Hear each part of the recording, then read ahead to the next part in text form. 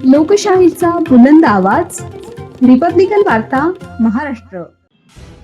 Satpur Ambad link रोडवर गोमांस प्रकरण, गोरक्षकांवर हल्ला, परिसरात तणाव. खाडी परिसरात पुन्हा गोमांस सापडल्याने खळबळ, पोलिसांची तात्काळ कारवाई, परिस्थिती नियंत्रणात. बातमी नाशिक येथून. सातपूर अंबड लिंक रोडवरील खाडी परिसरात गोमांस आढळल्याची धक्कादायक घटना उघडकीस आली असून यावेळी गोरक्षकांवर मारहाण झाल्याची गंभीर घटना घडली आहे. या प्रकारामुळे सातपूर परिसरात काही काळ तणावाचे वातावरण निर्माण झाले होते. मिळालेल्या माहितीनुसार खाडी परिसरात 2 प्लास्टिकच्या गोणीत संशयास्पद मांस आढळून आले. याबाबत माहिती मिळताच गोरक्षक घटनास्थळी पोहोचले असता त्यांच्यावर काही अज्ञात व्यक्तींनी हल्ला केल्याचे सांगितले जात आहे. यामुळे परिस्थिती आणखी चिघळली. दरम्यान स्थानिक नगरसेवकांनी घटनास्थळी भेट देऊन पाहणी केली.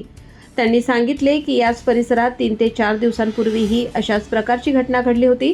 त्यामुळे नागरिकांमध्ये संताप व्यक्त होत आहे. घटनेची माहिती मिळताच सातपूर अंबड पोलीस ठाण्याचे अधिकारी व कर्मचारी तात्काळ घटनास्थळी दाखल झाले. पोलिसांनी परिस्थिती नियंत्रणात आणत संशयित गोमांस विक्रेत्यांविरोधात कारवाई केली. यावेळी अंबड पोलीस ठाण्याचे निरीक्षक जगवेंद्रसिंग राजपूत, चिंचोळा पोलीस ठाण्याचे निरीक्षक संतोष कारंडे तसेच सहाय्यक पोलीस अधिकारी सचिन बारी यांच्यासह मोठा पोलीस बंदोबस्त तैनात करण्यात आला होता.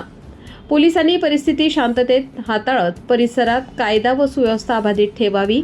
सध्या परिस्थिती नियंत्रणात असून पुढील तपास पोलीस करत आहेत.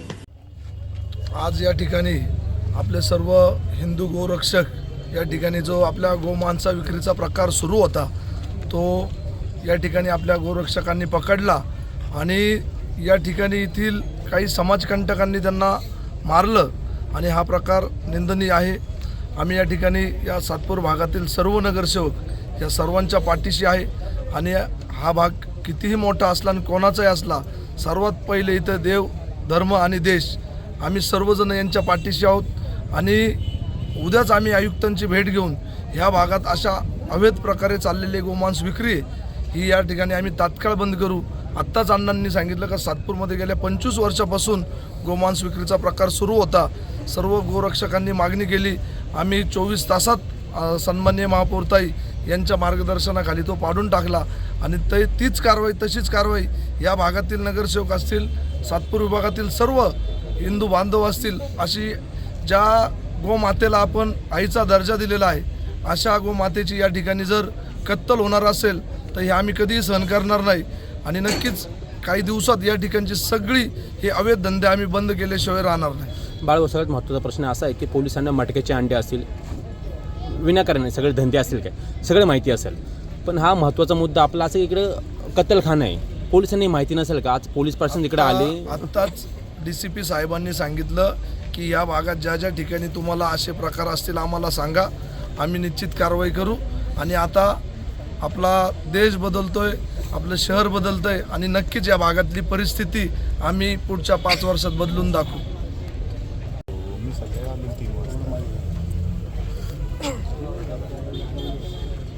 आणि या ठिकाणी आज गोमांस सापडले थोडक्यात संजयनगर परिसरामध्ये, काय सांगणार ना?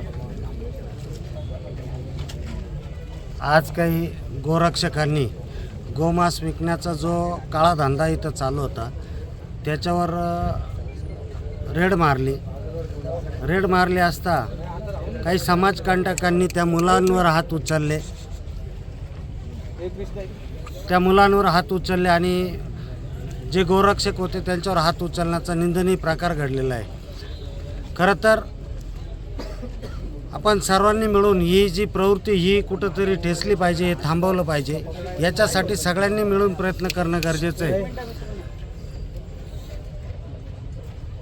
सातपूरला ज्याप्रमाणे कारवाई झाली, हयात हॉटेल ज्या प्रमाणात उद्ध्वस्त केलं, त्याप्रमाणे यांचेही जे अनधिकृत गोमांस विक्रीचे अड्डे हे उद्ध्वस्त झाले पाहिजे आणि आम्ही त्याच्यासाठी प्रशासनाला जेही सहकार्य लागेल आम्ही प्रशासनासोबत आहोत. रिपब्लिकन वार्ता न्यूज महाराष्ट्र, नाशिक शहर प्रतिनिधी विवेक बनकर. Subscribe now and press the bell icon. Never miss an update.